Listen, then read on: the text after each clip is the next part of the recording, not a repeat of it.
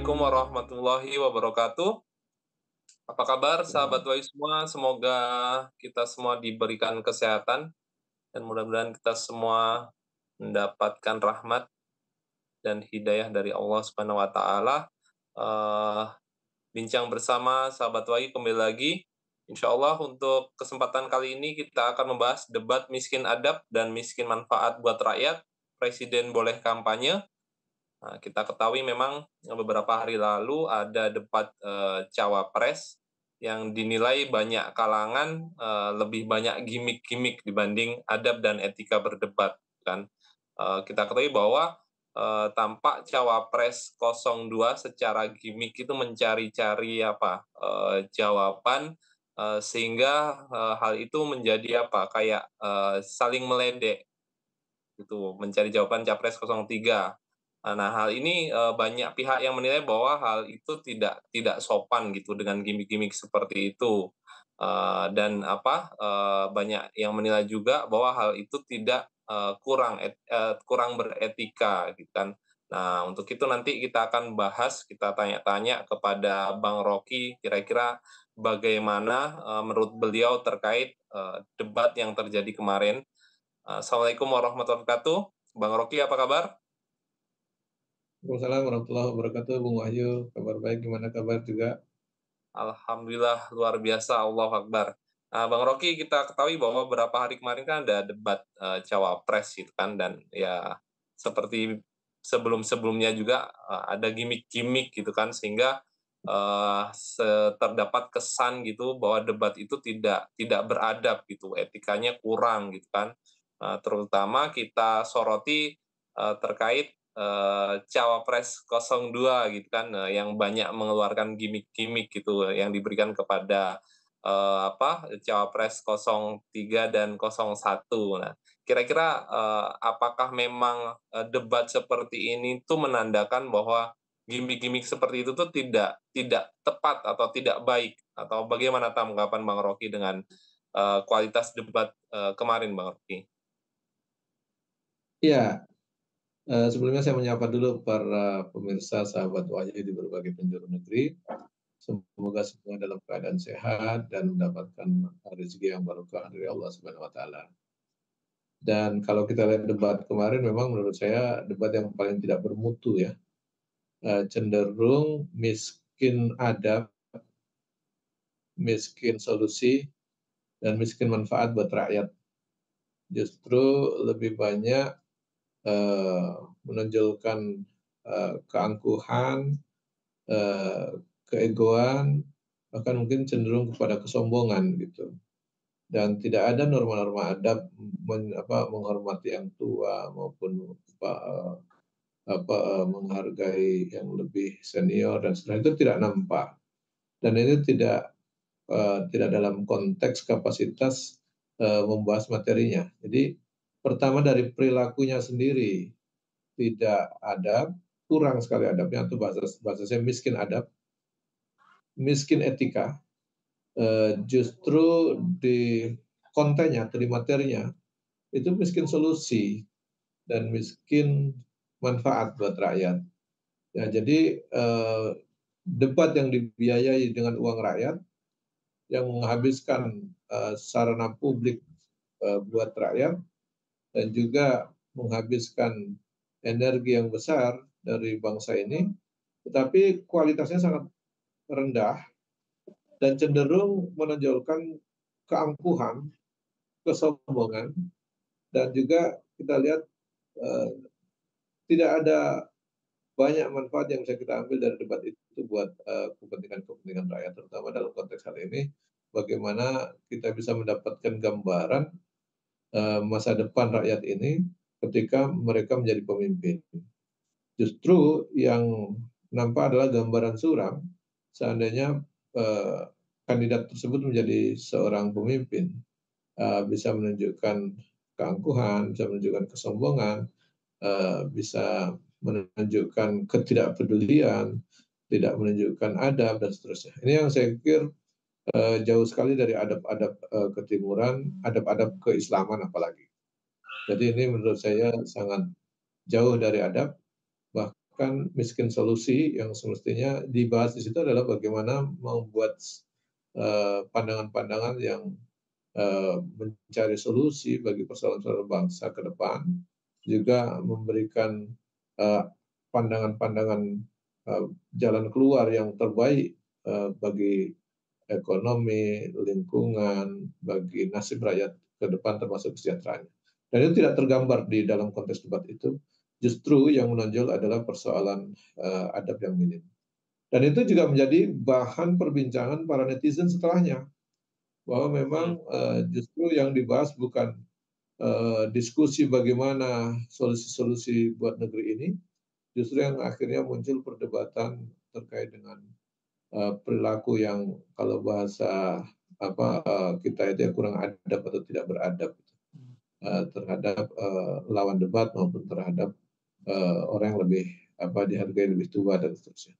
Saya pikir itu letak krusialnya sehingga saya mengatakan debat ini miskin adab, miskin solusi, dan miskin manfaat buat rakyat. Justru menimbulkan mudarat yang banyak buat rakyat. Dan juga justru menghabiskan biaya yang besar dan energi yang besar bangsa ini hanya untuk menggelar debat-debat seperti itu. Nah, mungkin ini harus dikoreksi kembali ya model debat itu, atau bahkan mungkin kalau yang keterlaluan bisa didiskualifikasi saja. Saya pikir gitu Bung Wahyu. Gini, misalkan gini Bang Rocky, misalkan di pihak yang berdalih bahwa sikap ataupun gimmick-gimmick tersebut itu memang mewakili kondisi kaum milenial sekarang atau generasi Z sekarang gitu kan. Apakah memang itu bisa diterima dengan gimmick-gimmick seperti itu, dengan etika-etika seperti itu Bang Rocky? Ya kalau kita lihat generasi sekarang, saya pikir banyak generasi yang sopan, banyak generasi yang beradab, banyak generasi yang soleh, tingkat keagamannya ditonjolkan, dia lebih banyak cerdas dan mencari solusi bangsa ini. Saya kira lebih banyak generasi yang seperti itu. Hanya mungkin mereka tidak sempat punya jalur untuk bisa akses tampil atau bahkan bisa sampai kepada punya akses politik, bahkan sampai pada akses mendaftar sebagai capres atau sebagai legislatif dan seterusnya. Karena dalam sistem demokrasi ini memang yang punya akses, yang punya uang atau yang didukung oleh yang punya uang yang bisa mengikuti kontestasi dalam sistem demokrasi. Ini menurut saya persoalan yang cukup serius ketika kita menggunakan sistem demokrasi liberal yang sangat kapitalistik dengan biaya yang begitu mahal, bahkan saya mengatakan super mahal, dan ini menutup celah bagi orang-orang berkualitas tapi kurang mampu dalam konteks ekonomi atau kurang mampu dalam akses kekuasaan, akses politik. Ya kita tahulah, seandainya Gibran itu bukan anak presiden, saya pikir juga dia hanya lelaki biasa, remaja biasa yang mungkin tidak dianggap orang gitu. Sehingga saya pikir ini kalau persoalan ada akses saja sehingga dilakukan. Padahal kalau kita melihat kualitas generasi muda kita juga banyak yang kualitasnya jauh lebih baik, kepribadiannya jauh lebih bagus, adabnya jauh lebih beradab, dari segi intelektual jauh juga lebih banyak yang berintelektual. Saya pikir itu hanya karena persoalan mereka bukan anak presiden, mereka bukan anak ketua partai misalnya, sehingga mereka tidak punya akses politik untuk bisa tampil, bisa bersaing dalam kontestasi sistem demokrasi yang biaya politiknya begitu mahal. Dan saya pikir itulah kelemahan titik kita ketika menggunakan sistem demokrasi dengan biaya yang sangat tinggi, dan kalau bahasa bilang biaya dalam sistem demokrasi super mahal. Nah ini persoalan yang serius. Jadi kalau menurut saya kita sebenarnya masih punya stok banyak generasi muda, termasuk tadi kaum milenial. Itu banyak anak-anak milenial yang soleh, beradab, punya etika yang tinggi, kecerdasan yang tinggi, punya kepribadian yang sangat baik. Saya pikir hanya saja dalam sistem demokrasi mereka tidak punya akses politik, tidak punya akses ekonomi yang memadai sehingga mereka tersisihkan. Sehingga yang muncul hanya orang-orang yang dekat dengan akses kekuasaan atau minimal anak-anak dari para penguasa sebelumnya, atau minimal orang-orang yang dianggap punya akses ekonomi maupun politik. Kita bisa tahu kan di antara kandidat-kandidat itu semua punya akses kekuasaan sebelumnya kan gitu. Seandainya mereka tidak pernah dalam posisi itu, saya pikir mereka hanya warga biasa yang, tidak bisa menonjol dan tidak mampu sampai di situ. Misalnya saya contohkan ya, misalnya, kalau dalam konteks misalnya, eee eee, Gibran, dia lulus sekolah, kemudian dia bukan anak presiden, saya pikir dia harus merangkak dulu, masuk ke partai mana, berkiprah sekian tahun baru bisa menonjol gitu. Tapi kan ini tidak gitu, bahkan bisa lompat sana lompat sini. Saya pikir inilah, kalau boleh bilang kita dapatkan kader-kader yang, eee, kurang baik dari segi adab maupun dari segi kualitas yang lain.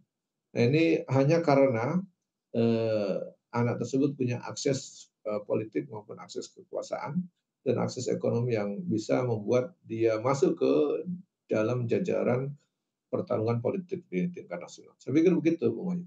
Baik. Baik, kemudian begini Bang Rocky, kita kan mungkin banyak pihak yang berharap bahwa pemilu itu akan terjadi berjalan dengan jujur dan adil gitu. Tapi di sisi lain Presiden Jokowi mengeluarkan statement bahwa presiden dan menteri-menteri boleh kampanye mendukung salah satu kandidat.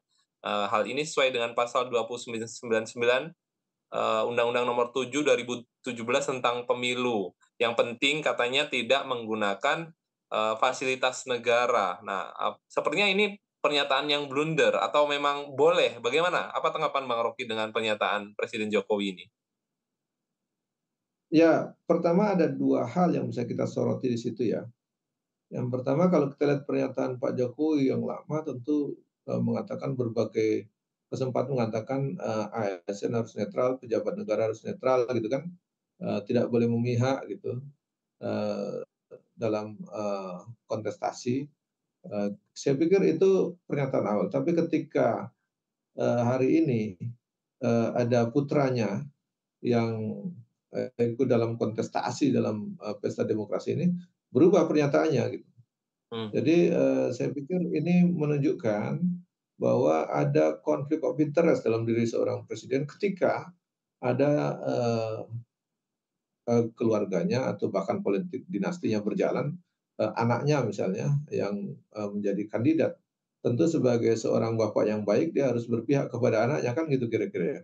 Hmm. Nah, kalau sudah ini yang terjadi, maka, faktor kedua akan berlangsung, yaitu, dia akan mengancam terjadinya upaya untuk melaksanakan pemilu yang jujur dan adil. Nah, kalau posisi hari ini Pak Jokowi itu masih sebagai presiden, sebagai kepala pemerintahan dan kepala negara, saya pikir untuk mewujudkan, posisi yang jurdil sebagai aparat yang netral, sebagai presiden yang netral, memberikan keluasan yang sama kepada semua kandidat, termasuk anaknya kalaupun ikut, di sinilah tantangannya, saya pikir akan sulit dilakukan. Jadi, karena netralitasnya akan terganggu, muncullah subjektivitasnya, ada istilah sayang anak lah gitu kira-kira ya. Nah itu mau nggak mau dia akan berpihak kepada, anaknya. Kita bisa melihat, ini pernyataan itu bergeser dan akhirnya kita bisa melihat pernyataan presiden yang memberikan pernyataan tegas atau mengklarifikasi bahwa presiden dan menteri-menteri, boleh, kampanye dan mendukung salah satu kandidat. Saya pikir itu menjadi pernyataan legalitas untuk bagi para menterinya, untuk para kepala daerah dan seterusnya, bisa saja mereka mendukung kepada, calon tertentu. Berbahayanya kalau sedang memegang kekuasaan kemudian mendukung dan menggunakan kekuasaan itu untuk kepentingan politiknya, tentu orang yang tidak kandidat lain yang tidak mempunyai akses kekuasaan, tentu tidak akan merasa adil gitu.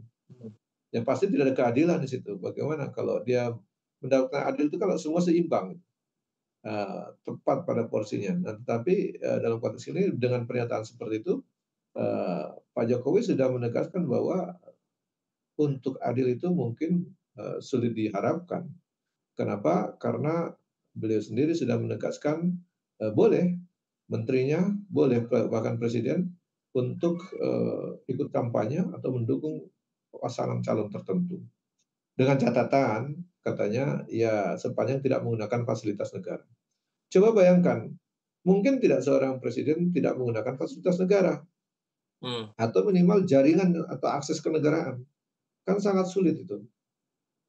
Mungkin nggak presiden pergi tanpa pengawalan, pergi tanpa pas pampres, kan nggak mungkin. Padahal pas pampres itu adalah fasilitas kenegaraan gitu, fasilitas jabatan yang dimiliki. Nah, saya pikir ini persoalan yang terjadi konflik of interest, dan saya pikir pernyataan itu tidak related dengan kondisi yang faktual, bahwa taruhlah dia tidak menggunakan jam kerja misalnya. Misalnya pada hari libur baru kampanye, atau misalnya cuti dulu baru kampanye misalnya. Tetapi pergi kampanye, bisakah dia bebas tanpa perlu menggerakkan pengaman pas pampresnya atau supir-supirnya atau jaringan-jaringan yang dimiliki? Akan sulit itu ditinggalkan. Jadi di sini letak konflik of interest dari seorang kepala negara, kepala pemerintahan yang menjabat, kemudian ikut-ikutan tidak netral untuk mendukung salah satu kandidat. Apalagi dia punya menteri-menteri yang dia beri keleluasaan untuk bisa mendukung kandidat tertentu atau bahkan kampanye untuk kandidat tertentu. Ini akan rawan sekali terjadinya abuse of power, penyalahgunaan kekuasaan untuk mendukung calon-calon tertentu. Dan yang pasti dengan dukungan para penguasa, dukungan para pejabat, pasti kita tidak bisa mengharapkan terjadinya keadilan. Nah, kalau keadilan sudah sulit diharapkan, kemungkinan akan merembet lagi kepada kejujuran. Ya mungkin akan sulit kita akan mendapatkan pemilu yang jujur. Kenapa? Yang berpotensi untuk melakukan ketidakjujuran pasti orang yang punya kekuasaan. Bisa jadi orang yang tidak punya kekuasaan itu berpotensi untuk melakukan ketidakjujuran, tapi efeknya yang dilakukan pasti kecil. Beda dengan kalau orang punya kekuasaan, itu bisa lebih besar efeknya. Nah, demikian juga kalau seorang yang tidak punya jabatan menteri, tidak punya jabatan presiden, mendukung kandidat tertentu, efeknya tidak sebesar kalau seorang presiden yang mendukung atau seorang menteri yang mendukung.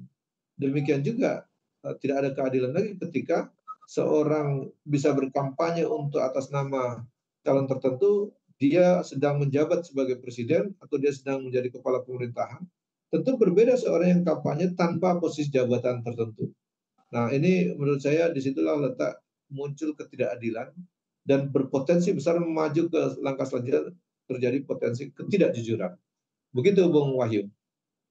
Baik, baik. Memang sepertinya sulit untuk menyatakan bahwa pemilu itu terjadi dengan jujur dan adil. Kita belajar dari mungkin pemilu-pemilu sebelumnya, dan banyak pihak juga yang menyatakan bahwa toh siapapun pemenangnya gitu, Bang Rocky, ya oligarki juga lah yang yang memegang kekuasaan sesungguhnya gitu kan. Misalkan ini ada berita, Bang Rocky, saya ambil dari Tempo.co tanggal Senin 22 Januari dengan judul Jatam 3 pasangan capres terafiliasi oligarki tambang. Nah, jadi Jaringan Advokasi Tambang atau Jatam merilis riset berjudul Jejaring Oligarki Tambang dan Energi dalam Pemilu Koordinasi Nasional Jatam. Melki Nahar menyebutkan laporan risetnya menelusuri bisnis-bisnis di balik para pendukung kandidat yang berpotensi besar merusak lingkungan hidup serta makin gentingnya daya respon masyarakat pesisir dan pulau-pulau kecil. Nah, selain itu, kata dia juga benturan kepentingan oligarki, penguasa, dan bisnis telah menelurkan berbagai undang-undang yang memberi karpet merah pada investasi. Misalkan Melki menyebutkan penyusunan riset berlangsung sejak Desember 2023 hingga Januari 2024 dengan fokus terkait bisnis-bisnis para kandidat dan tim kampanye dari dokumen-dokumen resmi terbaru, baik akta-akta pemerintah maupun laporan internal perusahaan, serta sebagai sumber utama. Nah, yang pasti dari ketiga itu semuanya mempunyai nama-nama, tapi ini tidak saya sebutkan. Nah, yang situasi ini menunjukkan bahwa memang politik ini sangat menggiurkan bagi semua profesi termasuk pengusaha gitu kan, di mana memang rentan dengan konflik kepentingan. Melki menyebutkan dukungan finansial dan politik para pebisnis ini cenderung berorientasi untuk menikmati rente. Nah, karena mereka mempertahankan dan merebut kekuasaan sehingga memperoleh kemudahan atau privilege dalam proteksi politik. Nah, jadi hegemoni oligarki dalam politik semacam pemilu ini akan menghasilkan buah pahit bagi demokrasi. Nah, apa tanggapan Bang Rocky bahwa ya ada pihak yang menyatakan bahwa siapapun pemenangnya ya oligarki yang berkuasa begitu, Bang Rocky? Iya, kalau kita lihat kan memang dalam sistem demokrasi, itu akan, tumbuh subur, bahkan berkembang, menjadi lebih kuat itu kaum oligarki. Dan Hmm. itu, dalam, sistem demokrasi berbagai negara, tabiatnya sama. Kenapa? Karena demokrasi adalah habitat yang sangat, tepat dan sangat baik bagi tumbuh suburnya kaum oligarki. Siapa oligarki itu? Oligarki adalah para pemilik kekuasaan, politisi, dan juga para pemilik, kapital atau keuangan, yaitu para, kapitalis. Jadi dua golongan ini, inilah yang kemudian, dia bisa menyatu, pengusaha sekaligus penguasa, atau, penguasa yang sekaligus berusaha atau berbisnis. Itulah, akan tumbuh subur dalam, sistem, demokrasi. Dan ini terjadi di negara demokrasi yang mengatakan negara paling demokratis atau mbahnya negara demokrasi itu Amerika, kan sama itu. Nah, Hmm. di sini saya pikir di negeri ini, ketika kita menggunakan sistem demokrasi, maka sulit dihindarkan itu. Nah, karena memang faktualnya, proses demokrasi membutuhkan biaya yang sangat tinggi. Nah, siapa yang punya biaya yang tinggi? Itulah para oligarki. Hmm. Oligarki yang sudah duduk maupun orang oligarki yang sedang ingin duduk dalam jabatan-jabatan publik. Nah, disitulah letak krusialnya, dan kita bisa melihat, bagaimana campur tangan oligarki itu begitu kuat. Seorang politisi, bahkan seorang kandidat capres pun, untuk menentukan dia berpasangan dengan siapa saja itu tidak bisa independen. Jadi kalau kita lihat bahkan sekedar menentukan calon pasangan saja, itu campur tangan oligarki sudah begitu kuat. Hmm. Sehingga, tidak mudah untuk orang calon presiden sekalipun, dia untuk bisa mencari pasangannya sendiri kecuali atas restu oligarki. Sehingga dalam sistem demokrasi, pasangan calon, presiden yang akan dipilih oleh rakyat itu sudah hasil saringan atau hasil seleksi dari kaum oligarki. Siapa berpasangan dengan siapa yang dibolehkan, siapa berpasangan dengan siapa yang bisa diloloskan. Nanti setelah itu baru diserahkan kepada mekanisme, partai politik untuk mendeklarasikan dan koalisi yang ada mendeklarasikan calon-calon mereka. Dan itulah yang layak untuk dipilih publik. Padahal calon tersebut belum tentu dikehendaki oleh publik. Jadi Hmm. omong kosong demokrasi ketika sistem demokrasinya menggunakan sistem kapitalis neoliberal, di mana kaum oligarki yang menentukan siapa berpasangan dengan siapa, siapa calon dengan siapa. Walhasil, rakyat hanya memilih kandidat, calon pemimpinnya yang sudah diseleksi, sudah disaring, sudah dipilihkan oleh, kaum oligarki. Jadi kalaupun rakyat punya pilihan sendiri tidak dianggap sah karena mekanismenya dibuat sedemikian rupa seperti itu. Nah inilah, bahayanya. Jadi kalau kita lihat ujung-ujungnya memang pengaruh kaum oligarki sangat kuat dan dengan itu maka kalaupun siapapun yang menang ujung-ujungnya memang, dia akan menjadi hamba dari oligarki atau minimal dia menjadi pelayan dari kaum oligarki, dan akan lebih banyak mengeluarkan kebijakan-kebijakan yang pro kepada kepentingan oligarki daripada kepentingan rakyat. Itu yang terjadi di berbagai negara demokrasi yang Hmm. begitu, Bung Wahyu. Baik, baik. Oke, memang kondisinya seperti itulah ya, kondisi Indonesia saat ini dengan demokrasinya yang ya bisa kita katakan tidak demokratis, Bang Rocky. Kita kembali ke terkait, apa ya, perdebatan atau debat-debat yang sedang berjalan. Sebenarnya bagaimana? Apakah memang ada catatan di dalam, sejarah, apa ya, sejarah dalam Islam misalnya terkait adab dalam berdebat gitu ataupun perlakuan, pihak yang muda ke yang lebih tua misalkan. Bagaimana Bang Rocky sebenarnya dalam Islam? Apakah memang diatur juga? Ini menarik ya, saya teringat ada salah satu pendukung capres tertentu dari Jawa Timur, seorang pejabat juga, yang menganalogikan, pasangan, sahabat Nabi, yaitu Abu Hmm. Bakar yang begitu tua, berwibawa, dan seterusnya, kemudian dipasangkan dengan, ada juga sahabat Nabi yang sangat muda, yaitu Ali bin Abi Thalib yang sangat cerdas dan seterusnya. Tetapi itu mau dianalogikan dengan pasangan yang ada saat ini, tentu tidak cocok sama sekali.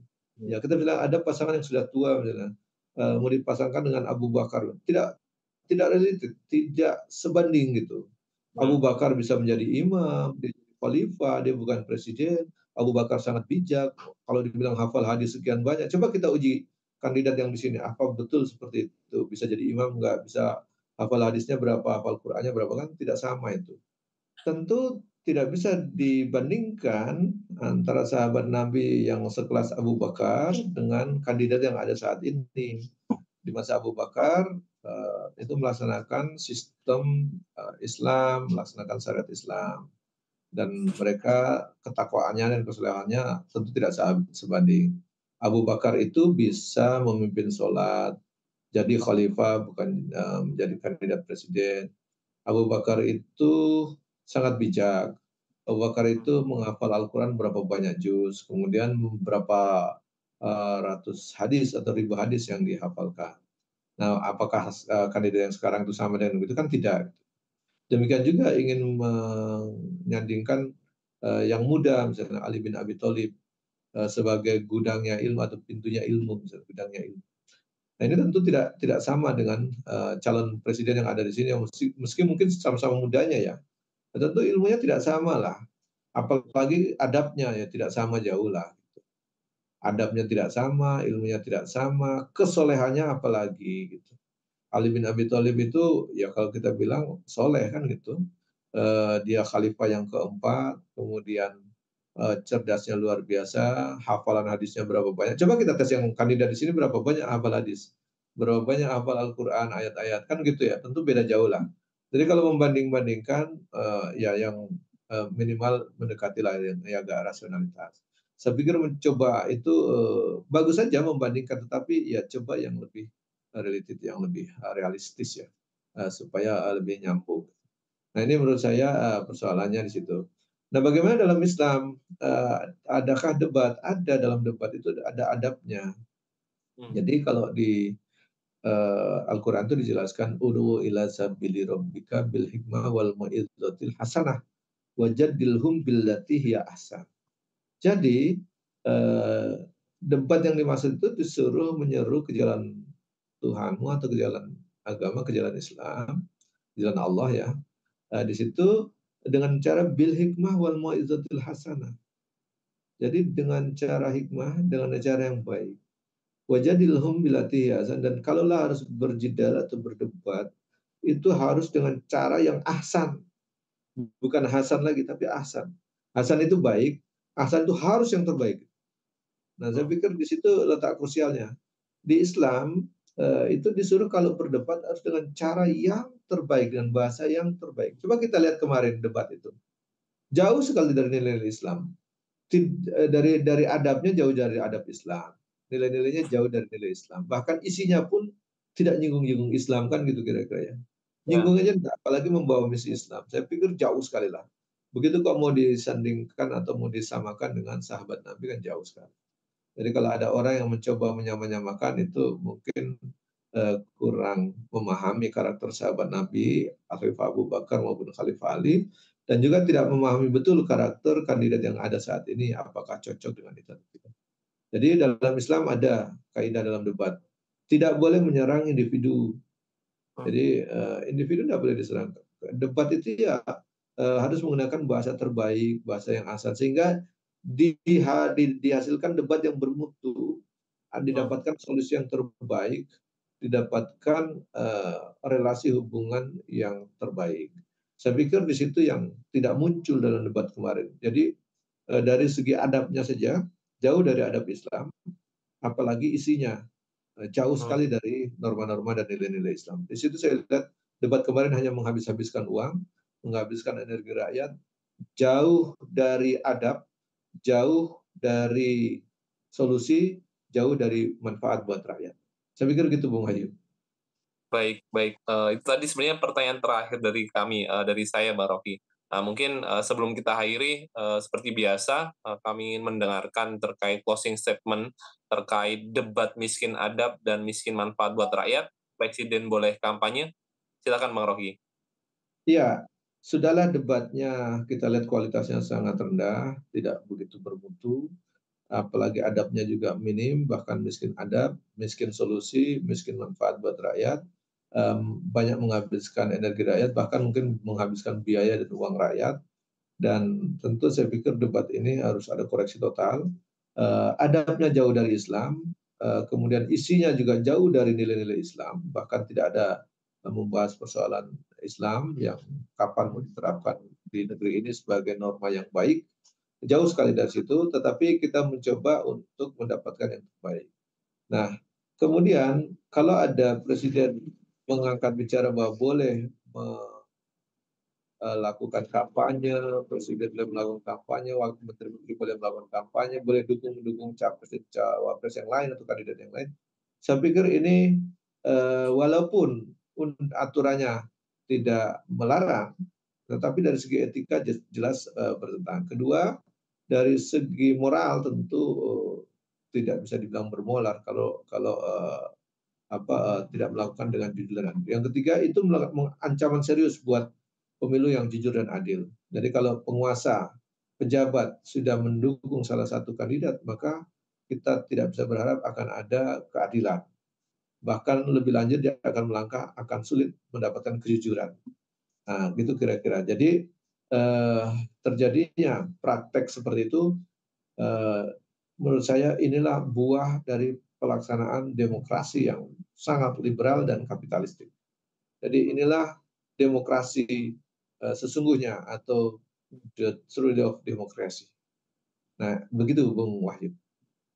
Baik, memang ini sebenarnya menjadi pembelajaran gitu ya, Bang Rocky, terkait kondisi negeri kita gitu kan. Mungkin tadi Bang Rocky sudah menyampaikan ya mereka ingin disamakan dengan Khalifah Abu Bakar, ingin disamakan dengan Khalifah Ali, tapi sepertinya sangat jauh gitu dan tidak relevan gitu. Kita ketahui memang para sahabat ini adalah orang-orang yang menerapkan sistem Islam gitu kan. Sedangkan kalau kita ketahui untuk saat ini bahwa orang-orang yang menjadi kandidat-kandidat baik capres maupun cawapres adalah orang-orang yang akan menerapkan sistem demokrasi. Nah, mungkin itu saja dari saya. Terima kasih banyak Bang Rocky atas waktunya, dan kepada sahabat Wahyu kami ucapkan terima kasih. Sampai bertemu lagi dalam bincang bersama sahabat Wahyu sesi selanjutnya. Akhirul kalam, assalamualaikum warahmatullahi wabarakatuh. Assalamualaikum warahmatullahi wabarakatuh.